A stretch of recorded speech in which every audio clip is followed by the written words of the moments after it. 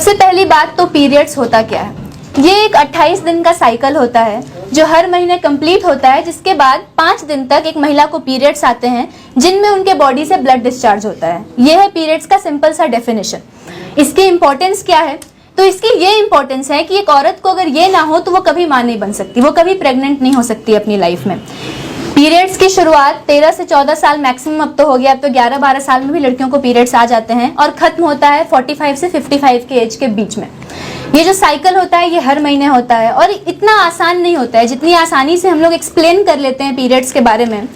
बहुत सारी जो भ्रांतियां हैं, बहुत सारी जो गलत बातें हैं, जो मिथ्स हैं, जो टैबूज हैं, वो पीरियड्स को सराउंड किए हुए हैं। एक लड़की को जब पहली बार पीरियड्स आता है तो उसे नहीं पता होता कि उसके साथ क्या हो रहा है। कई ऐसे हम लोग देखते हैं स्कूल्स में, जब लड़की को पीरियड्स आते हैं तो वो स्कूल से चली जाती है।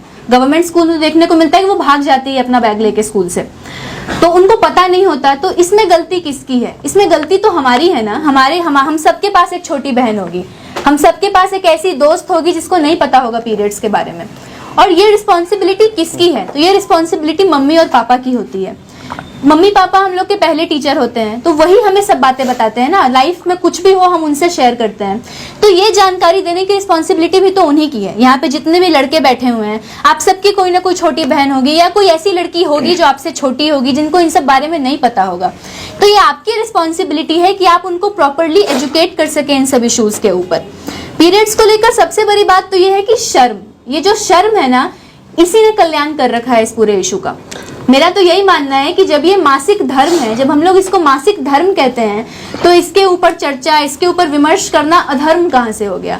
इस समय में मंदिर में नहीं घुसने दिया जाता, इस समय में तुलसी के पौधे को नहीं छूने दिया जाता कि वो मुरझा जाएगा, अचार को नहीं छूने दिया जाता कि वो सड़ जाएगा, और ये सब लॉजिकलेस बातें हैं। इनके पीछे मतलब रत्ती पर भी ढूंढने पर भी लॉजिक आपको कहीं नहीं मिलेगा। जिन चीजों को कह रही है आप कि अचार को नहीं छूना है, पूजा नहीं करना है, तुलसी के पौधों को नहीं छूना है, तो ये हमारे धर्म में भी लिखा हुआ है कि 3 दिन तक हम इस चीजों को नहीं कर सकते। तो इनके कहने का मतलब है कि हमारा धर्म रद्दी है, नहीं ऐसे कह रहा है तो फिर हम उसमें गलत लिखा है। देखिए, हमारा धर्म जहाँ तक बात की जाए तो श्री कृष्ण ने खुद कहा था ये बात को कि एक औरत कभी भी अपवित्र नहीं होती है, जहाँ तक बात धर्म की जाए।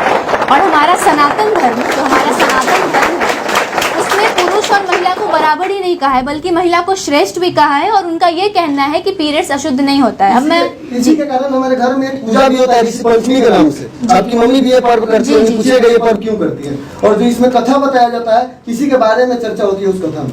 जी, तो एक तर्क ये भी है कि पहले जमाने में कहा जाता था कि औरतों को मंदिर में ना प्रवेश करें, क्योंकि ऐसा माना जाता था कि 3 दिन तक शरीर को आराम की आवश्यकता होती है, और इसी आराम के कारण उनको मना किया गया था कि किचन में मत जाओ, काम मत करो, आराम करो। गलत है।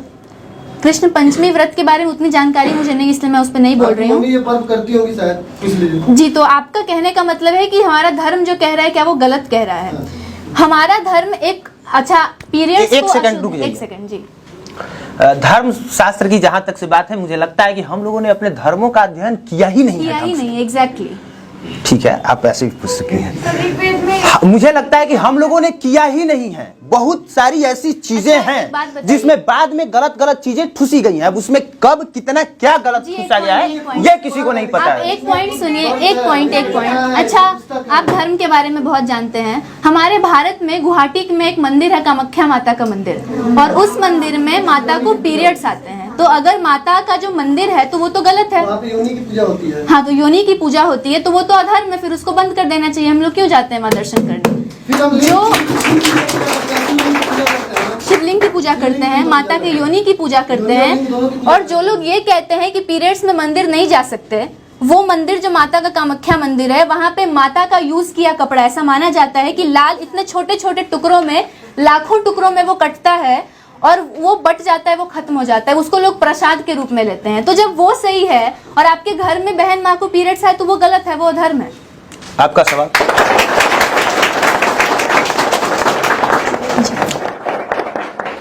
Thank you honourable deputy sir. And ma'am, मेरा ये क्वेश्चन है कि आप जैसे अभी बोले कि मेल और फीमेल का जो रेशियो है इनइक्वलिटी का, हाँ ये मेल जो है मैम यहाँ पे और फीमेल यहाँ पे, ठीक है। अभी आप देखिए, हम दूसरे स्टेट का या फिर पूरे इंडिया का बात नहीं कर रहे, अपने ही स्टेट का बात कर रहे हैं, ठीक है। बिहार गवर्नमेंट ही हमारे साथ इनइक्वलिटी कर रही है। इनइक्वलिटी अभी आप बोले मैम कि मेन के लिए भी और मेल और फीमेल दोनों के लिए सेम होना चाहिए, ठीक है। बट मेल के साथ ऐसा क्यों हो रहा है? जैसे कि अभी आप ही बताइए, जैसे स्कॉलरशिप की ही योजना आई, ठीक है। स्कॉलरशिप जो गवर्नमेंट, बिहार गवर्नमेंट के द्वारा दिया गया कि लोग 10th पास कर रहे हैं तो उनको 10,000, 12th पास कर रहे हैं 25,000, ग्रेजुएशन पास किया जा रहा है तो 50,000। बट क्या ऐसा नहीं है कि बहुत सारे मेल कैंडिडेट या मेल स्टूडेंट भी ऐसे हैं जो कैपेबल नहीं है और उनको क्या ये चीज नहीं देना चाहिए? देखिए, इसमें सरकार का जो ये सोच है कि लड़कियों को 10,000 25,000 दिया जा रहा है, क्योंकि अभी भी क्या मानसिकता है ना कि लड़के बाहर जाके कमा सकते हैं और लड़कियों को अभी भी उस चीज से रोका जा रहा है। तो उनको लगता है कि कम से कम इस लालच से भी कि 10,000 और 25,000 मिलेगा, लोग अपनी बेटियों को पढ़ाएंगे तो सही। अगर मैं बताती हूँ कि मिड डे मील क्यों चालू कराया गया था, सरकारी स्कूल में जो बच्चों को खाना दिया जाता है, ताकि लोग इस लालच से भी स्कूल भेजें बच्चों को कि कम से कम खाना तो एक टाइम का वहां मिल जाएगा। इसीलिए शायद ये 10,000 देने वाला 25,000 चाहे ग्रेजुएशन के बाद जो राशि दी जाती है, इसीलिए शायद लगाई गई कि लोग कम से कम इसी कारण लड़कियां एजुकेट भी हो पाएंगी। हालांकि मैं ये कहना चाहूंगी कि लड़कों को भी प्रोवाइड करना चाहिए ये सुविधा कि अगर वो भी 10th 12th कर रहे हैं तो उनको भी कुछ अमाउंट सरकार की तरफ से दी जानी चाहिए। बट क्योंकि अभी लड़कियों को ऊपर करना है, लड़कियों को बराबरी में लाना है, इसीलिए शायद उनकी तरफ अभी सरकार भी ज्यादा ध्यान दे रही है। हाँ, शायद ये वजह हो सकता है कि एवरेज अगर अभी देखा जाए तो महिलाओं का बेहद कम है ना, पढ़ाई में भी कम है, सड़क पे भी कम है, क्लासरूम में भी कम है, तो उनको प्रमोट करने के लिए दिया जा रहा है। हालांकि उन्होंने कहा कि लड़कों को भी देना चाहिए।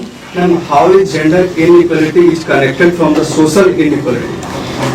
बिल्कुल, gender inequality is connected to social inequality in a way that, देखिए मैं बताती हूँ कि जेंडर इक्वालिटी का मतलब, जेंडर इनइक्वालिटी का मतलब है कि जेंडर के आधार पर डिस्क्रिमिनेट करना, और सोशल इनइक्वालिटी का मतलब है जब हम बात सोसाइटी की करते हैं तो बहुत सारी बातें आ जाती हैं, जातिवाद की बात आ जाती है, हमारे समाज में गोरे काले को लेकर भी भेद किया जाता है। तो ये दोनों टर्म्स बहुत ही कनेक्टेड हैं। अगर सोशल इनइक्वालिटी हट जाए तो आधी जेंडर इनइक्वालिटी भी अपने आप ही हट जाएगी।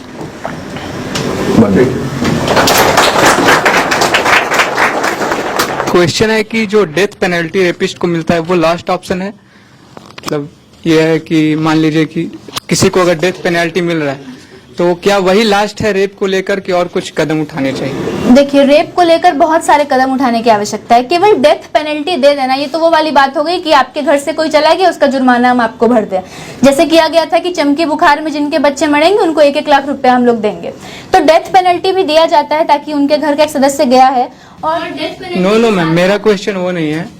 आई हैव आस्क्ड दैट जो रेपिस्ट को डेथ सेंटेंस किया जाता है, उसको फांसी की सजा दिया जाता है, तो क्या वो सही है? आई मीन कि उसके आगे भी और कोई कदम उठाना चाहिए कि लास्टली यही ना होता है, अगर किसी ने रेप किया तो उसको फांसी की सजा दे दी जाती है, तो कह रहे हैं कि इससे भी ज्यादा कुछ दिया जा सकता है क्या? यही ना पूछ रहे हैं। बिल्कुल दिया जा सकता है। सऊदी अरेबिया जैसे देशों में एक सजा होती है कि एक इंसान को ऐसे कमरे में बंद कर दिया जाता है लाइफ टाइम के लिए जहां पर सूरज की एक किरण तक नहीं पहुंच पाती। तो शायद ये फांसी से भी ज्यादा बुरी सजा है। मैम, तो इससे रेप रुक तो नहीं रहा? नहीं रुक रहा ना, रेप कैसे रुकेगा? कौन सा स्टेप आगे बढ़ना? देखिए, आप चाहे कोई भी स्टेप ले लें, जब तक रेप मानसिकता में घुसा हुआ है तब तक वो नहीं हटेगा।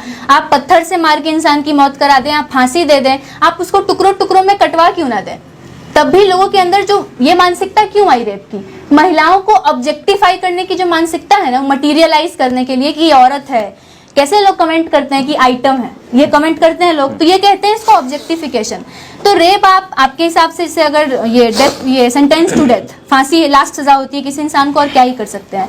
आप चाहे कुछ भी कर लीजिए, हम चाहे कुछ भी कर लें, जब तक रेप होना बंद नहीं होगा ना, जब तक लोगों को इमीडिएट सजा। अब जैसे कि उन्होंने सवाल किया था कि निर्भया का रेप 2012 में हुआ लेकिन सजा 2020 में जाके हुई, जबकि पता है कि उन्हीं 4 लड़कों ने उसका रेप किया है। अभी आफ्ताब श्रद्धा का केस देख लीजिए, आफ्ताब को कहाँ फांसी मिल गई अभी तक? ये हमारा समाज है तारीख पे तारीख वाला। तो जब तक ये सारी सिस्टम नहीं हटेगा तब तक आप चाहे कुछ भी कर लीजिए, रेप की घटनाएं कम नहीं होंगी। हाँ, ये जो ब्यूटी पेजेंट जो कॉम्पिटिशन्स होते हैं वो एक्चुअली में एम्पावरिंग होते हैं वुमेन के लिए, और सेक्सिस्ट या डिस्क्रिमिनेटरी नहीं होते हैं। ये चीज पेरेंट्स को क्या मतलब, जैसे कि कैसे समझाया, जैसे कि आप भी, हाँ, आप एक ब्यूटी पेजेंट में पार्टिसिपेट कर चुकी हैं, तो आपने देखा होगा कि बिहार, झारखंड और इन सारे जो एरियाज है, यहाँ पे पेरेंट्स ज्यादातर अपने बच्चों को, स्पेशली गर्ल चाइल्ड को, वो इन सारी चीजों में उतना प्रोत्साहन नहीं देते हैं कि वो पार्टिसिपेट करे। उनको लगता है कि नहीं, अरे इस फील्ड में जाएंगे तो पता नहीं उनके साथ क्या होगा, या फिर कई तरह की चीजें होती है, आप भी समझ रही होंगी। तो अब जो पेरेंट्स होती है उनकी मानसिकता को बदलने के लिए आप या फिर कोई ऐसा जागरूक करने के लिए आप क्या मतलब क्या कदम उठा रही हैं या क्या इसके तरफ सोच रही हैं, ये आप थोड़ा बता सकेंगी? जैसे कि खुद मैंने ब्यूटी पेजेंट में पार्टिसिपेट किया था, तो लोग क्यों नहीं जाने देते अपनी बेटी को मॉडलिंग के सेक्टर में, कि उनको लगता है कि वहां जाएगी, जैसे हमारे यहाँ की मानसिकता है, छोटे कपड़े पहनाए जाएंगे, रैंप पे चलेगी, बहुत सारे लोग होंगे, तो हमारी बेटी का एक्सपोजर बढ़ेगा, हमारी बेटी के बॉडी का एक्सपोजर बढ़ेगा लोगों के सामने, इसीलिए मेनली पेरेंट्स रोकते हैं। लेकिन मैं उन पेरेंट्स को यही कहना चाहूंगी कि आज हमारी दुनिया ने कई ऐसे सक्सेसफुल मॉडल्स को देखा है। अब जैसे प्रियंका चोपड़ा को देख लीजिए, वो मिस वर्ल्ड रह चुकी हैं, यूनिसेफ की ग्लोबल गुडविल एम्बेसडर भी हैं, बॉलीवुड की एक्ट्रेस भी हैं, फिलैंथ्रोपिस्ट भी हैं, ऑथर भी हैं, बहुत कुछ है। तो अपनी बेटियों को मॉडलिंग के फील्ड, उनको सबसे पहले तो बताना होगा कि इस फील्ड में ऐसा कुछ गलत नहीं है। तो मैं तो पर्सनली यही शेयर करती हूँ उन सारे पेरेंट्स से कि मैंने वहां जाकर देखा है ब्यूटी पेजेंट्स में, वहां पर किसी भी तरह का कोई भी गलत व्यवहार नहीं किया जाता है। तो उनके मन में ये बात डालनी, क्योंकि जो मानसिकता है ना, जो सोच है, वो काफी पुरानी है अभी भी हमारे पेरेंट्स की। उनको लगता है कि बेटी है, लोग देखेंगे, लोग क्या सोचेंगे, और उसमें उनकी भी गलती नहीं होती है। ये जो लोग क्या सोचेंगे होता है ना, बस यही उनको भी रोक देता है अपने बच्चों को आगे नहीं तो बताइए ना, वही कपड़ा पहन के कोई लड़की स्विमिंग भी तो करती है, बैडमिंटन भी तो खेलती है, जिम्नास्टिक भी तो करती है। दीपा कर्माकर का फोटो देखिएगा ना, आपको पता चलेगा कि वो किस तरह का कपड़ा पहनती हैं। और वो देखकर, लेकिन आप अगर रैंप वॉक कर रहे हैं उस तरह का कपड़ा पहन के, तो लोग आपको गलत निगाह से देखते हैं। लेकिन आप जिम्नास्टिक कर रहे हैं तो लोगों की निगाह गलत नहीं होती है। वही आपके माता पिता उनको देखकर, जिम्नास्टिक्स को देखकर, या फिर स्विमिंग जो जीतती हैं, जो देश को मेडल दिलाती हैं, उनको देखकर उनकी प्रशंसा करेंगे। लेकिन वही अगर किसी हीरोइन को देख लिया जाए, अगर बिकिनी में वो देख लेंगे, या फिर अगर किसी हीरोइन का बॉडी एक्सपोजर ज्यादा देख लेंगे, तो उसको वो गाली दे देते हैं। और ये बस हमारा देखने का जो नजरिया होता है ना, वो एक जिम्नास्टिक से एक मेडल लाने वाली लड़की की तरफ एक इज्जतदार। लेकिन एक हकीकत ये भी है जी, आप कह भले रही हैं, ठीक है, लेकिन एक हकीकत ये भी है कि फिल्मों में जी दिखाया ही उसीलिए जाता है कि आप देखें, इसी के लिए ना दिखाया जाता तो है। मैम मैं ये जानना चाहती हूँ कि लोगों को जागरूक करने के लिए, स्पेशली जो छोटे छोटे शहर के माता पिता हैं, क्योंकि कला के क्षेत्र में या फिर ये ब्यूटी पेजेंट्स में जाने के लिए अपने बच्चियों को या फिर अपने लड़कों को कैसे प्रोत्साहित करें, उसके लिए आप क्या स्टेप्स बता सकती हैं? मैं उनको यही बता सकती हूँ कि पहली बात तो अपने बच्चे पे उनको ट्रस्ट करना होगा। जो हमारे पेरेंट्स होते हैं बच्चों पे ट्रस्ट नहीं कर पा रहे हैं कि उस सेक्टर में जाएगी, क्या करेगी, 10 लड़कों से मिलेगी, यही थॉट होती है ना। कोई अपनी बेटी को बॉलीवुड में क्यों नहीं भेजना चाहता, जाएगी ऐसे हीरोज के साथ स्क्रीन पे आएगी और लोग देखेंगे तो क्या कहेंगे। अच्छा नहीं लगेगा। सबसे पहले उनके मन से ये निकालना होगा कि अपने बच्चों को एक चांस देकर देखिए उस इंडस्ट्री में। दूसरी बात कि वहां पर कुछ भी गलत नहीं है, और देखा जाए तो गलत तो हर जगह ही है, गलत कहाँ नहीं हो रहा है। आप किसी भी इंडस्ट्री की बात कर लीजिए, आप कहीं भी क्यों ना भेज दीजिए, गलत तो हर जगह ही हो रहा है। तो उनके मन से इन बातों को निकालने के लिए उनको एग्जाम्पल्स दिखाने होंगे, कैसे छोटे शहर की लड़कियां आज पूरी दुनिया के लेवल पे अपना नाम कर रही हैं। और बस हम सिर्फ उनको बता सकते हैं ना, उनके दिमाग में जो बात घुस चुकी है उसको हम निकाल नहीं सकते।